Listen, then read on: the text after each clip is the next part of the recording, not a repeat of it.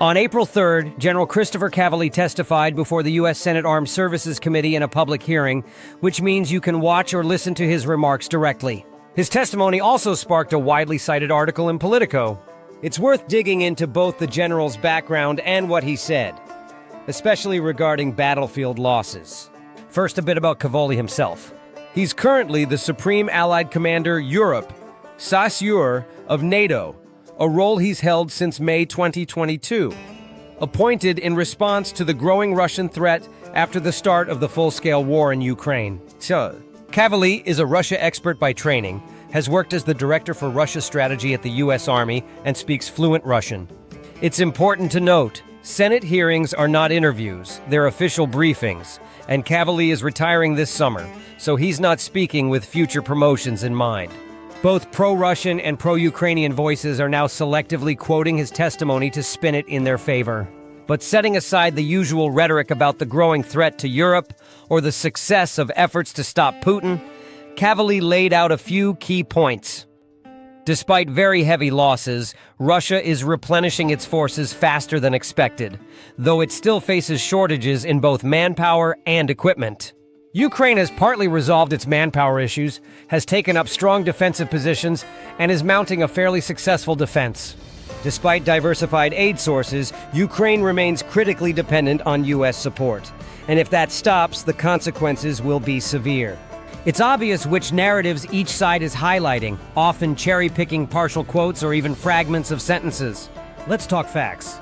Cavoli told the Senate that U.S. intelligence did not expect the war to last this long, nor that Ukraine would be able to inflict such heavy losses on Russia, specifically mentioning that over 4,000 Russian tanks had been destroyed. That number matters to the U.S., since it's more than the entire U.S. tank inventory. There's a slight discrepancy between the written and spoken versions of his statement.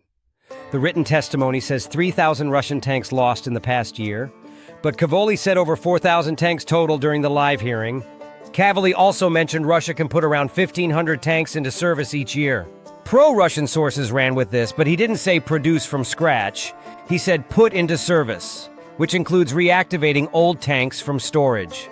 Russia began the war with 13,000 tanks, including mothballed ones, but they're running out. It may sound like the math doesn't add up, but tank storage varies in quality. Initially, Russia pulled usable tanks from storage. Later, they started cannibalizing parts, combining 2 to 3 broken tanks into one functional unit. What's left now is mostly rusting shells. OSINT researchers recently released an extensive report on this. Key findings. There's now activity even in storage areas with scrap-level tanks, and some analysts mistakenly counted empty shells as viable. From 2022 to Feb 2025, 2069 tanks were pulled from open-air storage. Another 2,000 tanks were in closed hangars and are believed to have been fully reactivated. That gives us 4,000 tanks reactivated over 3 years, matching Cavoli's numbers when you include both new production and storage recovery. But the pace has dropped sharply. Only 342 tanks were pulled from open-air storage in the past year. Factory storage currently holds 1,253 tanks, down from 1,500 a year ago, suggesting a slowdown in refurbishments. In total, 4716 tanks remain in factory or storage, but only 1,200 are likely to be made battle-ready faster than building new ones.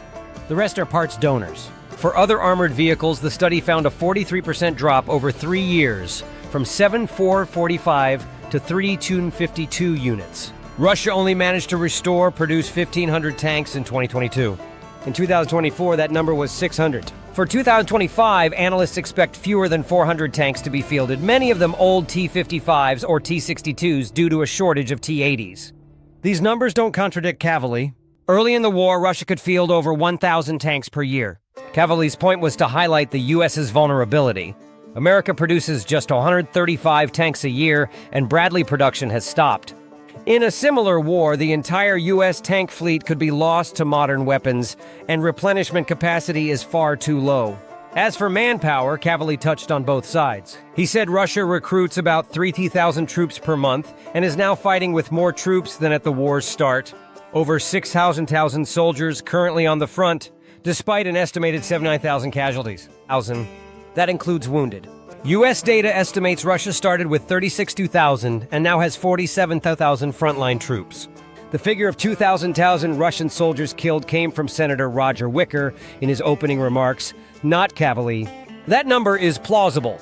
Mediazona had counted Zawar's 165,000 inheritance-related deaths by late 2024, while verified obituaries account for $100,000. The Ukrainian site Gurushko lists over 106,000 obituaries. Obituaries typically cover only about half of all fatalities, so the estimate of 2,000 total KIA is likely accurate. For Ukraine, Lost Armor lists 66225 obituaries. UA losses lists just over 60,000, likely outdated. That suggests about 45,000 Ukrainian soldiers killed, but that doesn't include soldiers missing in action, MIA. Ukraine maintains a public MIA database through its national police, which, when filtered by age, gender, and other criteria, lets researchers estimate likely military deaths. Factoring in MIA, total Ukrainian losses rise to nearly 2,000. For Russia, there's no public MIA registry. But in December 2024, Putin's niece Anna Tsivaleva said 48,000 families had requested DNA tests to identify missing soldiers. That's a minimum number. Ukraine also runs a public service called I Want to Find for Russian families trying to locate missing soldiers. It shows 78,000 requests, but this likely includes duplicate or unverifiable cases and isn't a reliable casualty count. So, using a middle estimate for MIA, 63,000 for Russia, and doubling obituary counts, we get Russia, 275,000 killed. Ukraine, 1,991,000 killed. A rough kill ratio of 1.441 in Ukraine's favor. This doesn't mean Ukraine's in the clear. Cavoli said Ukraine had addressed its manpower issues by reassigning support staff to combat roles and offering volunteer contracts to young men aged 18 to 24 with a $2,000 signing bonus. But that may be an overly optimistic view. There's little solid data on these volunteer contracts aside from upbeat headlines and cringeworthy propaganda, like ads showing how many cheeseburgers you can buy with 1,000,000 hryvnias. While the incentive helped recruit some, there's skepticism among Ukrainians themselves. Frontline pay already exceeds $2,500 a month, so the bonus may not be decisive.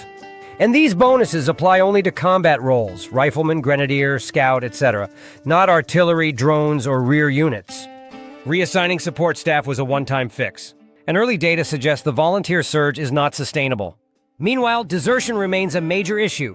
Based on Ukrainian Prosecutor's Office records, over 1,000 soldiers went AWOL in 2024 alone. Ukraine has about 100,000 police and 45,000 prison inmates, far too few to track down that many deserters. Of the 90,000 criminal cases open for desertion and AWOL in 2024, only 5,800 reached court. That's just the official numbers. Real figures may be higher.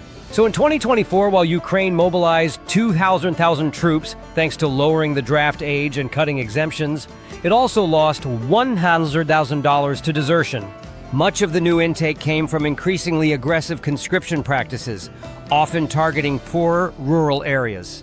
Returning to Cavoli's claim that Ukraine has solved its manpower problem, it may be true for now, but not in a systemic or long-term sense. The front line is largely held by 30,000 to 50,000 active fighters and drone operators.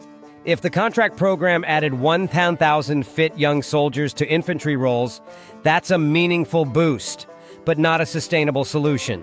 Cavoli may be right in the short term, suggesting Ukraine bounced back from the crisis of fall 2024.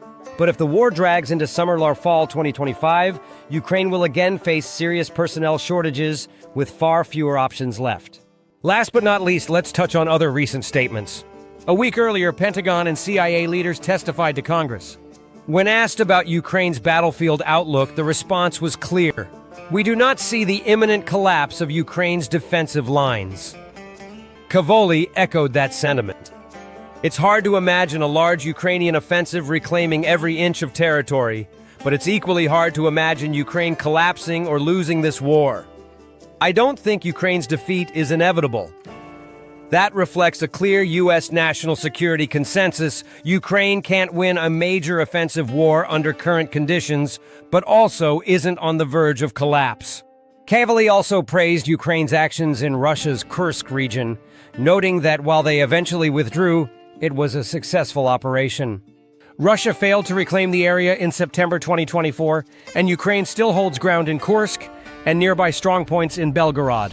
He also noted that the battles for Chasiv Yar and Toretsk have lasted 8 months, and Russia's offensive near Pokrovsk has stalled. In summary, while Ukraine's long-term manpower problems are far from resolved, it has stabilized the front, stalled Russia's momentum, and avoided a collapse.